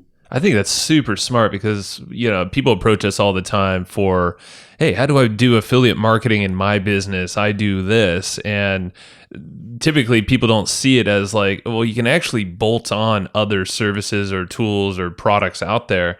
But I like how you're taking it a step further and, you're finding that angle that looks really nice. You're working with the product owner where they're, allowing you to kind of have that synergistic feel there. And then the video being in person, I'm sure you have a nice relationship with your customer list. So they know, hey, this is one of the founders of videos. Like, oh shit, he's with this guy. That's a really cool tool. He's saying it's really good and it works really well with video. I need that. Okay, cool. Yeah. So you're bringing a really good relationship into the thing as well. Yeah. Like you said, it's a simple concept, but it's still going above and beyond what 98% of affiliates are willing to even do. Yeah, like I remember when I did it for the first time, it was Josh Rotter, and he was selling a product called Video Motion Pro, which was like a video editor basically. And this was like the biggest promo I ever done. Like at the time, I did like $60,000 on that promo. For at that time, I was like, whoa, like that's a lot of money for me. And what I did was it was really, really simple. Like I got a DSLR camera at the time. It was a Canon 550D. It's like $600. And I told my wife that we're going to travel into London and we're just going to film me going to London. And then I'm going to meet Josh and he's going to show me the software. That's it. That's literally all it was. So all the video was just some cool music, me walking around a train station for like a minute. And people are probably watching it saying, what am I watching? This guy's just walking around to some cool music. Okay, the music's cool, so I'm just going to keep watching it for a little bit. And then I get into London and I say, right, guys, I'm going to meet up with Josh. Josh Rye is a really cool marketer and he's got an amazing tool for video. I want to show you what it does. Then I hand it over to Josh and I interview him on camera for like 2-3 minutes. And that was literally it. That was the video. And I sent it out, and the video was so fresh and different that other affiliates were basically stealing the video for their promos. Yeah. And it was like, what are you doing? Like, so, but that's what I realized. Like people aren't doing the extra thing to convince people and persuade people. Like if you just go the extra mile, you're always going to win against the other affiliate. Like you're always going to end up being on top. And it's not about like, I see it all the time, the bonus thing. Like affiliates think that they need to add like hundreds of bonuses into their promotion. Like a lot of the time we don't even do that. Like we have like one bonus maybe, like, and that's occasionally we'll do that. Like what we try and do is make it in a way where it's like, we know the product better than everybody else. So you need to listen to what we say because we know the vendor. So the vendor's given us backstage access to this thing. We know them really well. We trust them. You trust us. And that's kind of how we do it. Like rather than, hey, I've got like $5,000 worth of bonuses here, so buy from me. No, I mean, I think we have almost an identical philosophy on affiliate marketing, and we approach it the same way as well. I'm curious how, if you do at all, how do you bake scarcity into your promotions? Because I feel like, and this actually could be answered with both videos or affiliate products, because I feel like one of the most difficult things about promoting things from like an evergreen perspective is if you don't have scarcity, usually the sales don't happen or they're real slow. That's usually one of the things that we run into when we're trying to promote affiliate products on an evergreen basis, or even when we're trying to sell our own courses and we never plan on really shutting them down, is if we don't have a countdown or some sort of like takeaway that you're going to lose if you don't get it by this point, then sales just kind of stay flat. So I'm curious if you bake in any scarcity to videos or to affiliate products, and if so, how are you doing that? Yeah, so what we do is we call it like we call it like a semi-close, or it's like semi-scarcity. So we close it down, but then we're going to basically open it back up. And the way we've done it a couple of different ways a few times. So with videos, what we typically will do is either we're going to do a price rise. So when the timer hits 0, the price is going to go up to the normal price. Now, there's a few different ways that we've kind of done that.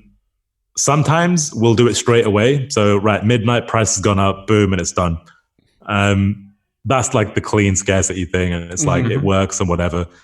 The one that's always worked really well is when we say the offer's not going to be available. So what we'll do is we'll basically close the offer down, get an opt-in on the page, and then we'll reopen it up in like 2 weeks' time and hit everybody again. And we normally do it with like a raw link. So all the affiliates are still getting attributed with those sales. So that's another way to do it. The other way we've done it in the past is we will shut the product down and then we'll go out and do private deals with affiliates. So publicly the offer is no longer available, but we might come to you guys and say, hey guys, like, do you want to run this on a private basis on a special deal? Because right now, if you went to videos.com, you can't buy the product, but we're working with a few of our favorite affiliates to basically run an Evergreen promo. Would you want to do it? And we done it like that for years, like years and years, where if you went to videos.com, it was just a landing, it was just like an opt-in page. But all the affiliates that we had running the promo Evergreen, they were selling it for ages. And that worked absolutely fine. Yeah, that's what Thrivecart and ConvertBox, 2 products that we promote as affiliates, are still doing to this day. That's right. Yeah, I mean, honestly, like out of all the options, that's probably the best one because you'll still collect the leads on the landing page anyway. On the homepage, you'll still collect leads, so you can still warm them up, you can still sell to them and whatever. But if your affiliates are making money, they're converting really well. The last thing you want to do is stop that. So, like, you just want to find a way, make a deal with the guys, and just keep them promoting. Whether that means giving them a commission bump or whatever else, it doesn't really matter. Like, we've given away 100% on the front end before, and it's completely fine because we know what we're going to make on the back end, and that's what it comes down to. Is it's all about what you're going to make on the back, what you're going to make out of a lead, not what you're going to make straight away. Right. Yeah. No, but I like what you're doing there because it is very smart. I mean, you can make custom landing pages with affiliates, front end, like your pricing model, and you've proven it out for so long now. So you can totally take a hit on the front end, or because you know what your retention looks like. I mean, it's just smart business right there. And another thing you can do as well is like on your public page, so the main .com page, just make the pricing really high. So if you go to videos.com right now, like it's $127 for a license. But if you just wait around for our Facebook ad, you can buy it for $67. So or buy it from one of our partners for like half off or something. Exactly. So that way, it's a much more. It's not so gray. It's like a much more legitimate way to do it because it's like, look, the affiliate's got a special deal for real. And the pricing on the homepage for real is expensive. So you may as well just buy it off the affiliate. And that way, the scarcity is always kind of there. I guess it's not the same effect as like real scarcity, but in the buyer's head, it's like, well, I should just buy it from the affiliate now because it's on the homepage. It's so much more expensive. So why would I not buy it, kind of thing? Sure. And all the affiliate has to say is, look, this offer's not going to last forever. There you go. There's a scarcity. Now, forever could mean forever, or it could mean 2 hours. Like that's up to the viewer. It's up to the viewer's mind to decide that. Yeah. Very cool. Well, there's one last topic that we did want to talk about, and I know we're already kind of getting sort of long on time. Him getting shredded while he's growing his business, right? Wasn't that one of your things, Joey, that you're like, hey, I lost a ton of weight? And I did, lost 117 pounds. No, that's awesome. Congrats on that. No, but what I really want to talk about, and it actually might fall right in line. It might be in the same vein, but I did want to talk about this sort of mindset and the burnout that you felt and all that kind of stuff. How are you doing on time? Do you have the energy and alertness to hang out for another 15 minutes or so? Yeah, of course. Yeah, I've done very long nights before. It's fine. This is worth it. No, and that's what I was leading on to is like, I know that, throughout all the ups and downs of business, you went through like a massive transformation physically. And like you just said, what was it, 117 pounds? Is that what you said? That's it. Yeah. Damn. That's good for you, man. So, and then of course, yeah, the mental well-being, health, and all that stuff. I'm sure it's all wrapped up in that. I mean, for Yeah, one, absolutely. it was. I mean, that's. I don't know. I don't even know how you lose 100. Like, how do you do that? I'm sure. I mean, but like the stress of a business, it usually goes opposite. You know, you. Gain That's what it did. That's what it did at the start, man. Like when I was when I got married, I was like 85 kilos. So I don't know what that is in pounds. Like probably like 160, 165, something like that. Maybe 170. And then by the time I was like kind of at my heaviest, I was tinkering like 280 pounds. Whoa. Like, and that was like over years and years of like stressing from business, worried about money.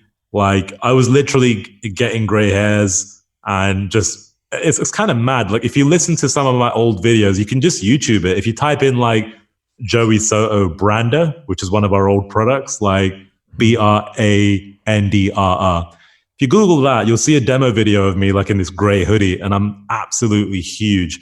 And the crazy thing about it is like, it wasn't just my size, it was my voice. Like even my voice sounded like really deep because of how heavy I was. I couldn't breathe. It was like intense. And it all came down to the amount of stress that I had just from building my business. Like I was working 18, 19 hours a day, probably, like going to sleep at like 4 or 5 in the morning, being awake at 9, 10 in the morning, because I just needed to hustle and make the business grow.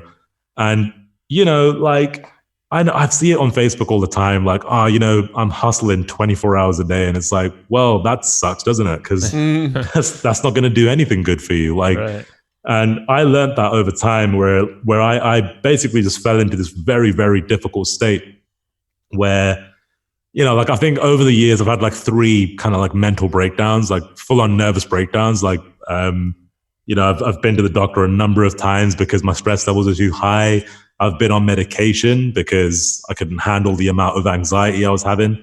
And I'm actually quite an anxious person. Like ever since I was a kid, I've suffered from, you know, generalized anxiety. Like I'm a worrier. That's one of my biggest issues. But it's also one of the reasons why I do okay at work, because my propensity to think about the future and worry about the future is what makes me plan ahead in my business. So in work, it's amazing. Like I can preempt a lot of problems and I can figure out an issue like before it happens. But in my personal life, it's like I'm being tortured by my own mind, basically. Sure. So I know how that feels. Yeah, man. It's very, you and I are very similar in that way. I think it's just a lot of entrepreneurs have that in them as well. I think it's a very, very common thing amongst people who want to do well in life. And I think it's because we look at the future. Like anxiety and worry is about the future.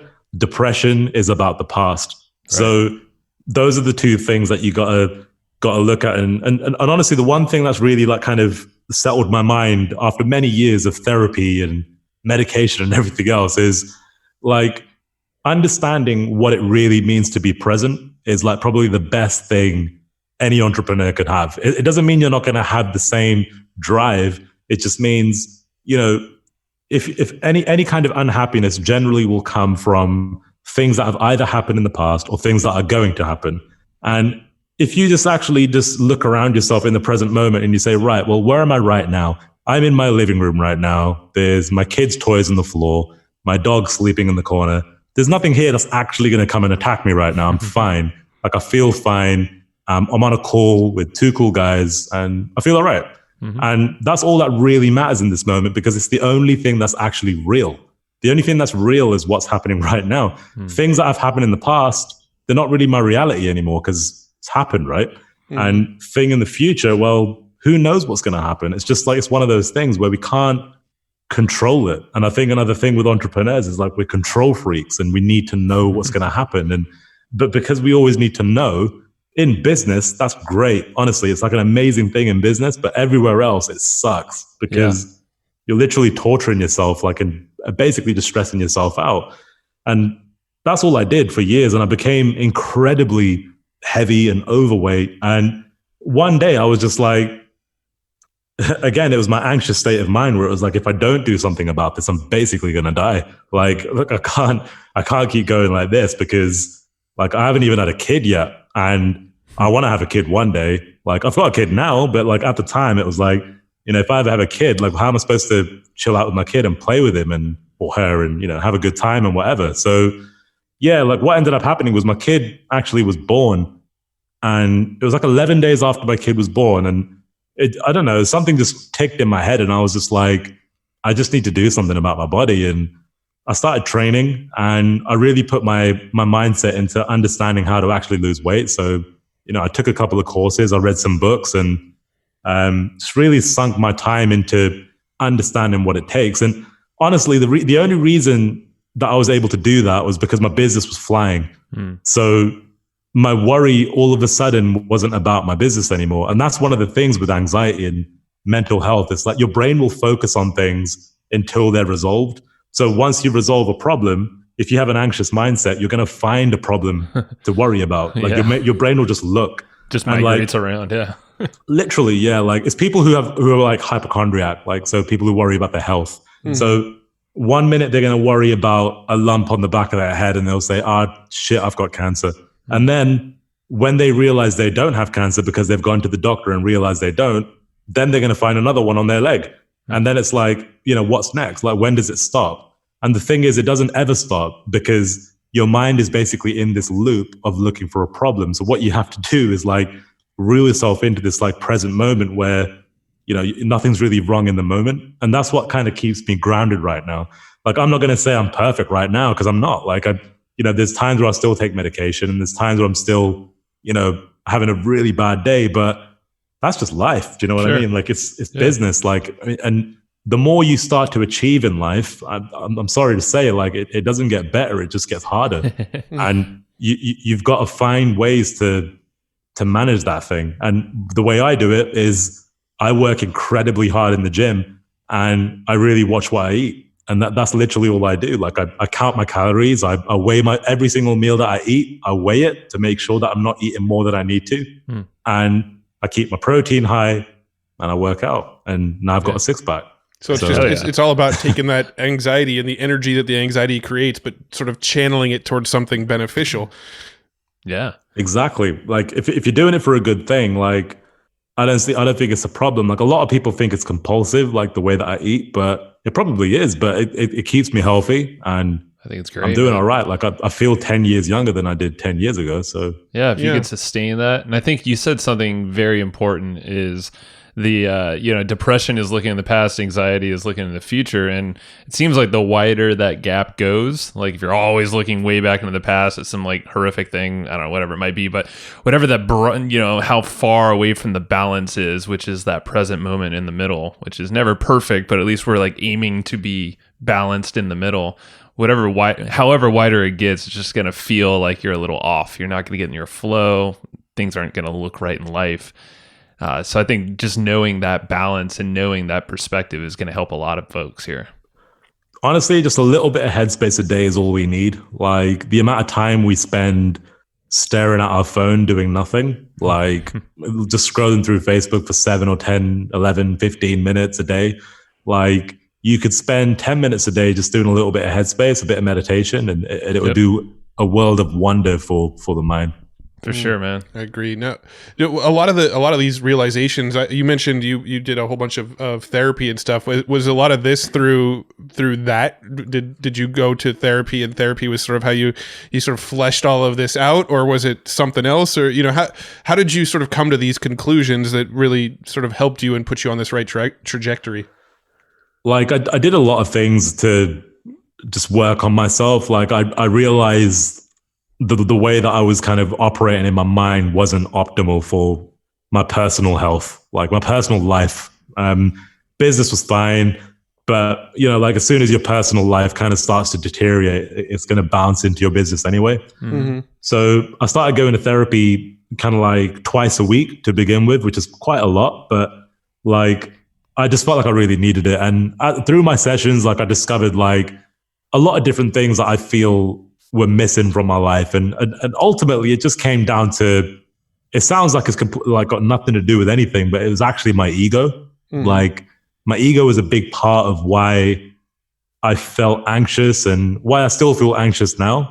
And I think a lot of people probably don't realize how much of an effect their ego can have on their life in weird ways that you probably don't even realize. But like, what are what's an example of that you deal with still? I guess your expectations of yourself and where you think you should be. That all comes from your inner ego. And it's like, you know, we always kind of like want to be the best, and we always want to be at the top of the mountain, and we got to be better than everybody else on all of this kind of thing. And I think it took me a while to just kind of like accept and be content with where I'm at right now. And again, it just comes back to this whole concept of being happy with where you're at right now. And, you know, I still aspire to be a billionaire, of course. Like I'm going to work to get to the billionaire level, but I'm not going to fixate my mindset on that future thing that to the point where it's going to take control of my ego and my actions and my behavior. I just want to be happy and content with where I'm at now and do things right now that are going to make me feel good. So a lot of the things that I do is just about focusing myself where I am now. So I meditate every day. I've just started doing yoga a couple of times a week. I invested in a life coach because I thought, you know, everybody at a high level has a coach or a guide or a mentor of some kind. And a really interesting thing, right, I learned in therapy, and I think anybody that's made money is going to have this thing where basically your life becomes boundless and there's no boundaries in your life, right? Now that sounds amazing. Sounds awesome. Like if you could just be a kid in a candy shop and you could have every single sweet you want, it sounds really good. But actually, it's totally fucked up because human beings, right, we need accountability and we need boundaries, because without boundaries, we basically have too many options. And when a human being has too many options, we tend to do things that are going to basically ultimately implode on ourselves. I know this sounds kind of philosophical and whatever, no, it but totally makes sense. I mean, good, we're following along with you perfectly. There's this really interesting story. I won't go more than this because I don't want to like bore you guys. But like, there's a really interesting story that Guy Ritchie talks about, and people have probably heard it before. But basically, it's about this father who has two sons, and one of the kids is like this younger kid who basically has all this money from the father, and he basically leaves home because he wants to go away and do his own thing.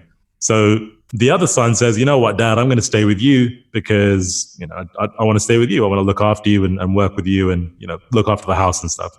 So the young kid goes away and he goes crazy. He, you know, hangs out with women and alcohol, cocaine, whatever the hell else he could think of. It. He went absolutely crazy, right? And then after a couple of years, the young kid comes back and the dad says to him, like, I'm really happy to have you back and I'm going to throw a massive party for you. And then the older son is like, well, what about me? Like, I've stayed all this time. Like, why don't you want to throw a party for me? And the dad says, well, you're fine. Like, you're fine where you are. Now, the moral of that story has never been told. Like, there's never actually been a full-on analogy of what this story really means. And it was Guy Ritchie on Joe Rogan's podcast who basically explained it. And what it is the father is basically you. And the young kid is your wild mind when it goes into these crevices of life when you've got all this money and you want to do all this crazy shit. And then the older kid is basically the wise you. Now, the actual like kind of moral of this is that when the younger part of you goes away and it does all this crazy stuff, eventually it's going to want to come home and just be normal again. And it comes back to this simple idea that no matter how much money you make, no matter how far you go in life, right, it's always going to come back to you wanting just to have normal balance and having a normal life. And I know that sounds probably opposite to what people think they want, but speaking from my own experience and somebody who's gone and spent hundreds and hundreds of thousands of dollars on things that I probably shouldn't have spent money on, like I can promise you that ultimately being in the comfort of life in your normal, and you're doing your normal things day to day are where you're going to have the most happiness at the end. And I think that's really important to understand as an entrepreneur, not to focus on, God, I want to go and buy my Lamborghini and I want to go buy this massive mansion. It's the things you've got right now are really precious. And ultimately, those are the things that are actually going to keep you grounded long term anyway. So Yeah, we actually did an exercise. Remember, it was at like AJ Roberts' event, and it was. I don't remember the exact exercise, but it was something like, write down the top 5 most impactful memories throughout your life where you remember being the happiest, right? And everybody in the room wrote down their 5 happiest moments. And then he sort of went around the room and asked people to kind of read off some of their stuff.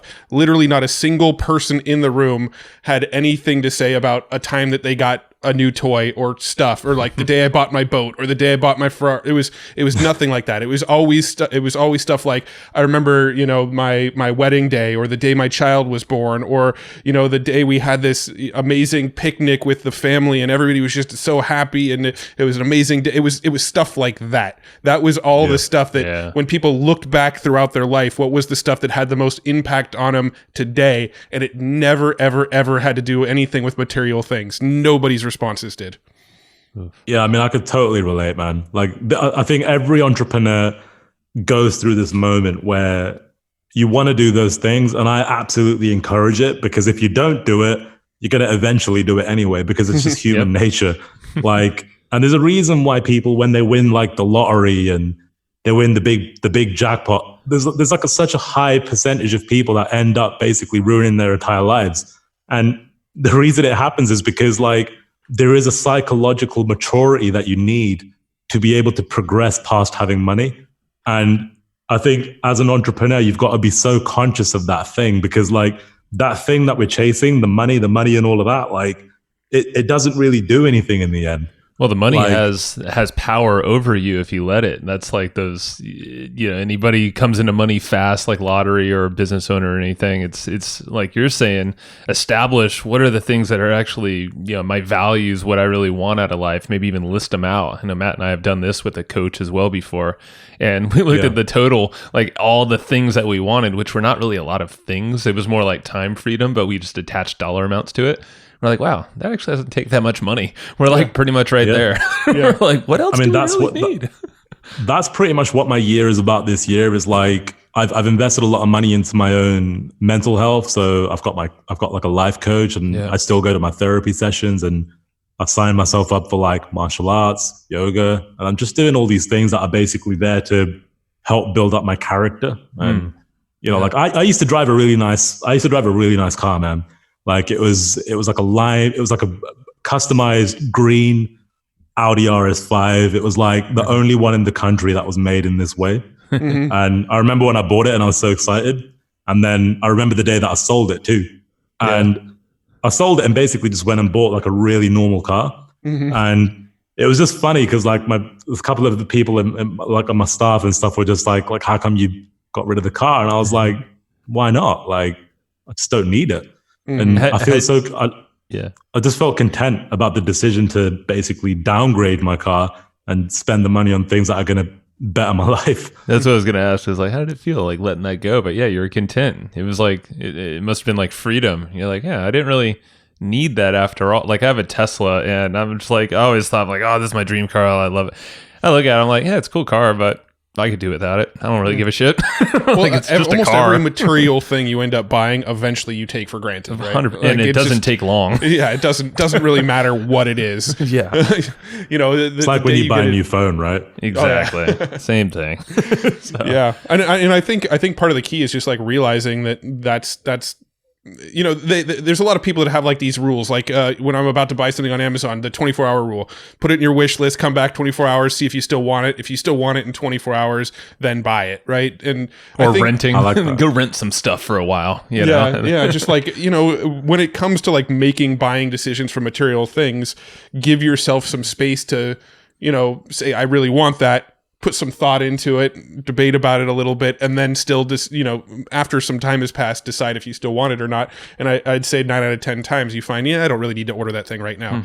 There was somebody that was on a Tim Ferriss podcast. He was interviewing somebody, and he was saying that like he actually has a goal of like stringing together as many days as possible without buying stuff, and he gets huge fulfillment when he like strings together like 2 weeks without like ordering something on Amazon, or like he still gets food and gas and necessities and stuff, but buying like items off of Amazon and stuff, which, I don't know how it is in the UK. And Amazon here in the US, it's like I could order something and literally have it at my house in 2 hours. So it's very, very easy to just like go buy stuff and have it here and have that almost instant gratification. And whoever I was listening to, it might have been Derek Sivers actually on Tim Ferriss. He was talking about how he actually tries to string together as many days as he can without buying things. And the fulfillment actually comes in his sort of like gratification of knowing how many days he's strung out of not buying stuff. That's cool. I like that. I like that idea. Yeah. Cool little like exercise or experiments you can do. Actually, I had one more question about the life coach specifically. How did you actually find a life coach? Because I almost feel like when I hear the term life coach, I almost sort of think like part of me thinks there's like some predatory life coaches out there that are just like, hey, I'm a dude and I don't know what to do with my life, so I'm going to be a life coach. Like I do think there is some of that in the life coach world. And so I'm kind of curious how you sort of found and vetted the person you're working with. Honestly, I must have spoken to like 15 different people, because you're absolutely right. Like the scary thing is like a lot of the life coaches are from the IM kind of community. So you'll see them using like, like sales funnels and things like that, which is fine, which is totally fine. But there is definitely like a predatorial kind of thing with life coaches online where they're charging extortionate money. There was a guy who wanted to charge me like $25,000 for 6 hours, which is like ridiculous. Right. And it was just a case of getting on the phone, doing consultations. It took me like almost 5 or 6 weeks before I actually chose one, because I just wanted to make sure it was someone who, I think one of the big things is making sure that they're qualified in some sort of psychotherapy or psychological kind of study. Because I think having a life coach who kind of understands some therapeutic method is important, because they need to kind of get that. Like they need to understand why you think a certain way and be able to ask you questions in the right way. I use both. Like I have a therapist and a life coach because I think they both do really different things. Like a therapist is like somebody who will help you to look at things from a different perspective without necessarily telling you what to do, because they can't. Yep. Whereas a life coach will get you to focus more on, right, what do you want to accomplish? Let's make a plan to make that happen, and I'm going to help you do it. So they do two different things, and when you put them together, they kind of work really nicely together. So that's worked really well for me. Very cool. Yeah, I've therapy is something I've done in the online world. That there's sites like BetterHelp, and I think one of them's called like 7 Cups, and then there's another one called. There's a bunch of them now. There's like 3 Talkspace. Yes. Right? Yeah. So BetterHelp, Talkspace, and 7 Cups are the 3 that I know of, and I've actually done 2 of those on like a trial basis, and I didn't really feel like I got a whole lot out of the sort of chat-based therapy. So it's actually something that's on my list for this year to explore further. Yeah. You really need to give therapy like 5 or 6 sessions for it to really start bedding in, because the problem with therapy is like it takes time for a therapist to really be able to understand you, because they need to know so much about you before they could really start offering you insight. So like my therapist, Dan, like I've been seeing him for almost a year or something. And, it was about 3 months into it where he started saying stuff that just was so profound to me. And it was like, it's incredible that you can see that about me, because I've never noticed that about myself before. And it's because I spent so much time kind of telling him all these different things. And a lot of the time it's stuff that you say in such a casual, blasé way where the therapist will pick up on it and say, well, do you realize you said this last week and this could mean this? And you're like, oh shit, like I didn't think about it like that. Yeah. So it's really, really useful to do over a long period of time. Yeah, I think more my issue was I don't think I was a fan of just like the text chatting back and forth, where you're essentially on like a Slack-like system where you're just having conversations through text, because a lot of the sort of emotions and your tone when you're talking and stuff like that isn't conveyed in that way. Well, a lot of people do it virtually, right? Like over video as well. Yeah, I mean Seven Cups doesn't do that. Seven Cups is just purely text. Yeah, that was the one that I actually spent some time on. BetterHelp and Talkspace, I think actually you can do over the phone sessions as well. Oh, phone. Okay. Yeah. I think seeing somebody in person is a lot more effective because it's like, you're right there and they can see how you're acting. My therapist looks at the way that I'm sitting. Do you know what I mean? Like, and he'll know when I'm kind of not feeling comfortable just based on my body language. And I think those kind of things are important. Right. David, my business partner, he goes to the same therapist actually. Nice. David's also had quite a bit of experience with like mental health stuff. Like he actually wrote an article on LinkedIn just last week about his depression. Which is quite a good read if you want to give it a read. Do you mind sharing that? I'd be curious, and we can link it up as well. Absolutely, yeah. It's a good read. I feel like I do think therapy would be valuable, and I think a lot more people should be taking advantage of it. I think therapy seems kind of intimidating to people, though. I know, at least for me, going in and the thought of going and sitting down in an office and just sort of unloading my vulnerabilities on somebody that I've just met for the first time sounds very sort of daunting and scary to me. There's definitely that mental barrier to entry that I think has held me back and probably has held a lot of other people back. So I'm curious, was there any specific catalyst or something that finally got you to just go do it? Yeah, like I think there's quite a negative stigma with therapy because I think the initial thought people probably have to themselves, it definitely was what I had, was like, I'm seeing a therapist, which means I'm crazy. Mm-hmm. Like, and that's kind of like the way that I thought about it, but it really just isn't the case. Like some of the people that my therapist sees are, really high political figures, vicars and doctors and, really high level people. So I don't think it's a case of being crazy. I think it's just a case of, anxiety, depression. These are, in a way, the diseases of intelligent people. And the more intellectual you are, the deeper of a thinker you are. And unfortunately, when you think really deep, you think about things probably to excess, and that's why therapy helps. Yeah.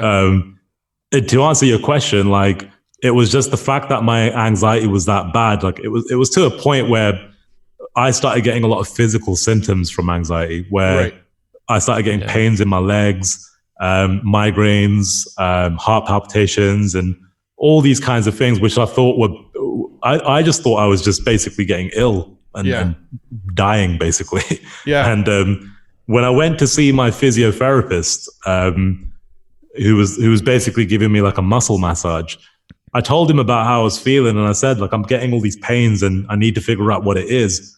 And then he checked my entire body and he was just like, do you suffer from anxiety? And I was like, I don't know. Like, I don't really know what anxiety is. And then after he explained it to me, like literally as he explained it, all the pain literally left my body. And I was like, this is weird. And what it was like, my mind was basically having this realization that I'm basically manifesting all this pain because of my worry. And like, it was really interesting to me that my mind had that much of a effect on my physical symptoms. Like it was insane. Yeah. So that's what pretty much set me off. And I think, honestly, like if I couldn't recommend it enough, like we're actually looking at rolling out an incentive plan at our work where we basically offer an allocated number of sessions to all our staff. It's not something we rolled out yet, but we're going to basically allow staff members to tap into it every month. If they want to go, they can go. I think that's super smart, man. And just imagine like how much freedom people will feel and more, energy they can bring to work and also just life in general. Yeah, man. I think honestly, this day and age, I think more people are probably anxious and not realize it. And I think that's pretty scary. Like I know I've spoken to people. We've got a non-executive director in our business. His name's Ian. And he basically is he acts like an advisor kind of thing. And, he's a little bit older than us and stuff. And he's quite hypochondriac. He goes to the doctor all the time. And I remember just saying to him, like, I think you suffer from anxiety. And I don't think Ian really knew what it even was.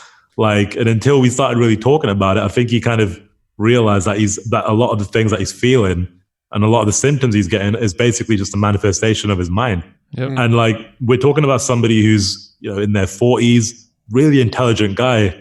He sold loads of businesses, he's a multi-millionaire, and he's not crazy, but it's just something that people don't realize that can happen. And I think until you kind of recognize that, you know, you got to go and just even having it's just a conversation at the end of the day. You know? Yeah, I mean, it's I've definitely battled with. I've had some pretty big bouts with anxiety, but just the thought of going to a therapist gives me anxiety. So. Well, Matt, I mean, you and I are in the same exact. I had a freaking rough year last year, but just like leading up, like I know Matt and I mean everyone, like you said, it's like I like what you said, it's a disease of intelligent people. I don't know if that's just like, hey, go us, we're smart, but I think this helped me. I know this helped me because a lot of the objections, like that you said, like, oh, that's for crazy people, like that's exactly what goes on in my mind, even though I know it's like just conversations. Because my wife, because my father actually like committed suicide last year, and then I had a baby. So it's like douche, and then business. And so my wife's constantly saying, she's like, you need to go see a therapist. Like it would be really helpful to go see someone and just talk things out. And I think Matt, you and I, man, I think you and I should actually both go see someone. I don't know, same person or different people, but at least like I'm just thinking how I could get the therapist to share all your secrets with me. No. Yeah. You know them all. I know, that's true. There is no secrets. No, but we actually know Hollis Carter and what's his business partner? I'm drawing a blank. Lovitch, Michael Lovitch. Oh, Michael Lovitch. Yes. Those two, they're business partners, and they hired a couples counselor, and they actually go to couples therapy together as business partners. Well, I don't think together is not what I'm saying. Probably not. Separately. I thought that's what you were going for a second. It's not unheard of. Like I know a couple of people who go together who are like best friends and things like that. And I think honestly, like sometimes, especially Joe, like something as significant as that, as what you've experienced, like sometimes in the moment you probably don't realize like how much of effect that can have. Maybe not in the moment, but sometimes decades later. And it's really interesting how. I mean, what I've realized in myself is like, I've had things happen to me when I was 15, 16 years old, and now I'm 31 and they're totally coming back to fuck me up. And it's like, oh, I didn't realize that was going to cause this much of an issue. Like, and it was such a small thing, but you know, something as big as like an incident like that is like, you know, it wouldn't hurt just having a conversation about it. For sure, man. Yeah, no, you definitely, you said the right things and yeah. I'm going to do it. And the more and more successful people we have on this podcast that we interview, the more of a recurring theme of therapy is coming up all the time. Mike Dillard talked about it. Justin Goff talked about it. We've talked about it with Theo. Theo talked about it. I mean, it's all the time. It's high achievers, high successful people. It's just big thinking. Like whenever we're using our brain, and then you layer in just being human and different traumatic events that we all experience along the way. It seems like a great thing. I think it's almost 11 p.m. where you're at, so we should probably start to wrap this session up. Joey, thank you. You're one of our longer episodes, but this flew by, man. No, that's all good, man. I've really enjoyed it. I mean, I've enjoyed being on. Do you have any books that you find yourself recommending often, or that you refer back to? Any books that are just real impactful for you that we can share with our audience? Man, like there's a lot of books that I always go back to, but ones that I would really recommend, The Courage to Be Disliked is a profound book, which you'll need to listen to a couple of times to really grasp. But it's basically a book on Japanese philosophy. And essentially all it is a conversation between a young student who's a bit of a rebel and an older wise man. And basically the younger guy is basically trying to challenge the older guy who's a philosopher and saying, well, your philosophy sucks because X, Y, Z. So I really recommend getting the audio version because it's actually like a conversation between two people, and it's quite cool. Is that didn't Rich Sheffrin recommend that book? I think we literally, because we were sitting with Rich Sheffrin the other day, and he recommended that same book. That's two people to say amazing. That book within a 3-day period for us. That's true. So two smart dudes. So the audio, very very good book. Got it. Cool. Other than that, The Obstacle is the Way is a great book by Ryan Holiday. I'm sure many people have said that one. That's a good one. Yep. I love that book. Yeah. That's one that I think you should probably listen to or read once a year, because that's just great reminders every time you listen to it. Yeah, he also sells the Stoic Diary, Daily which is really Stoic. cool.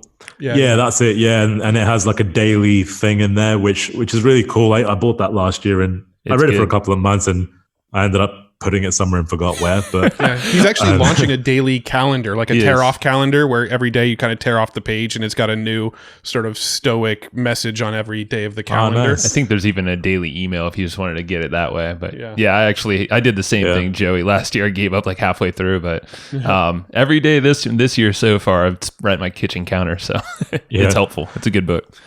Do you know what? The last book I would recommend is a journal, like for yourself, because it's a remarkably therapeutic way to have your evening roll by.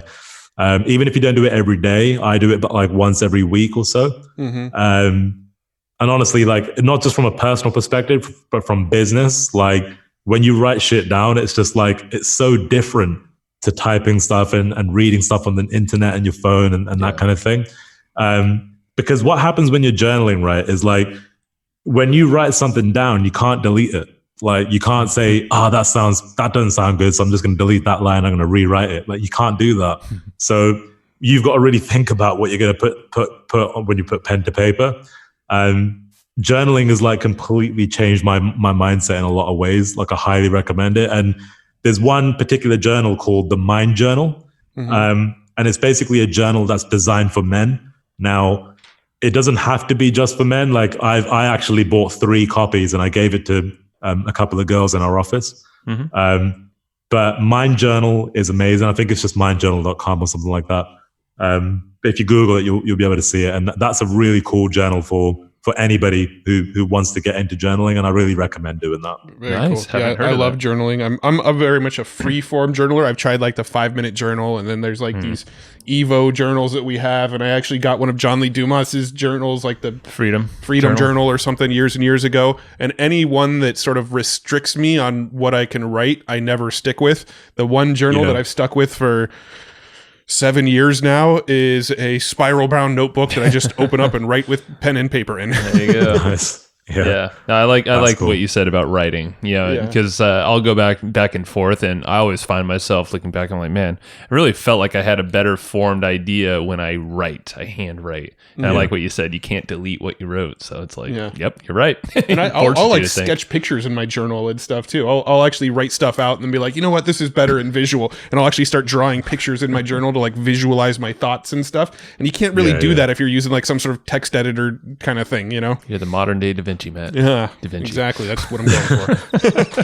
Well, Joey, where can people go learn about your software, learn more about you? Where do you want to send them after listening to this episode? Yeah, man. So you could check out our main software. It's just videos.com. Videos is spelled VIDDYOZE.com.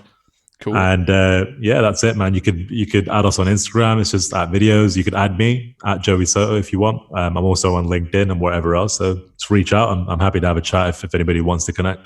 Sweet. All right, man. We'll link all that stuff up in the show notes. And appreciate you staying up late with us. And yeah, man. Yeah, no problem, man. We'll do it again. I'm sure we can have a round 2, and it'll probably go just as long.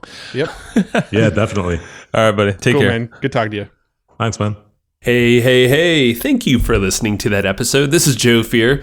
I'm sure you probably already knew that. And Matt is not here right now, but I'm pretty sure he enjoyed the episode just as much as you and I did, because, he went into the production of kind of making that thing right along with me. So thank you very much. And I want to give a quick shout out to our buddies over at Easy Webinar. These guys have been supporting us for a long time. And Casey Zeman is just a super good guy all around. He's actually been on the show before. He's the founder of Easy Webinar. So if you look up Casey Zeman on any podcast platform you're listening to, go check him out. Go check out his backstory, what he's all about. You can learn a lot about webinars as well. And right now, Easy Webinar, these guys are actually hooking you up with a great trial. It's a completely free trial to test out their software, soup to nuts, check it all out and see if it's a good fit for you. If you go to easywebinar.com/hustle, that's HUSTLE, if you didn't know how to spell hustle. There you go. So if you go to easywebinar.com/hustle, you can go grab a free trial. And Easy Webinar literally lives up to its name. It's super simple. I mean, super easy. And it does all the stuff that you're looking for in any kind of thing with webinars. I mean, they literally cover every single type of webinar you possibly can do. So from live to automated to scheduled at specific times and all these crazy features in between. Can't even list them all out. I'll be here way too long. They give you a ton of advanced analytics, what's working, what's not during your webinar based off all these actions. You'll see who attended, how long they stayed, if they clicked the offer or if they didn't. Basically, you're going to make more money. And you're going to work less with this thing, and you're going to create better relationships with the folks that are listening because it's a good experience. You want to give that good experience along with some great content, of course, and a killer offer if that's what you got for them. So go try it out yourself. Go check out easywebinar.com/hustle. That's easywebinar.com/hustle. Alrighty. So that is the end of this episode. Thank you so much for listening to this episode, enjoying it. Hopefully you did. I'm pretty sure you did if you lasted this long. And go check out Easy Webinar when you get the chance, and we will talk to you next time. Bye-bye. Thanks, everybody, for listening to this episode of the Hustle and Flowchart podcast. Before taking the time to listen, we want to give you something a little bit special. Every single episode that we do, we actually have somebody on our team take notes. We basically have a Cliff's Notes version of every episode where you can go and find all of the tips and tactics that they laid out, all of the resources that they laid out, all the good stuff from this episode. We actually have a nice simple notes version that you can find on our website. So go to evergreenprofits.com, find this episode that you just listened to, and give us your email address.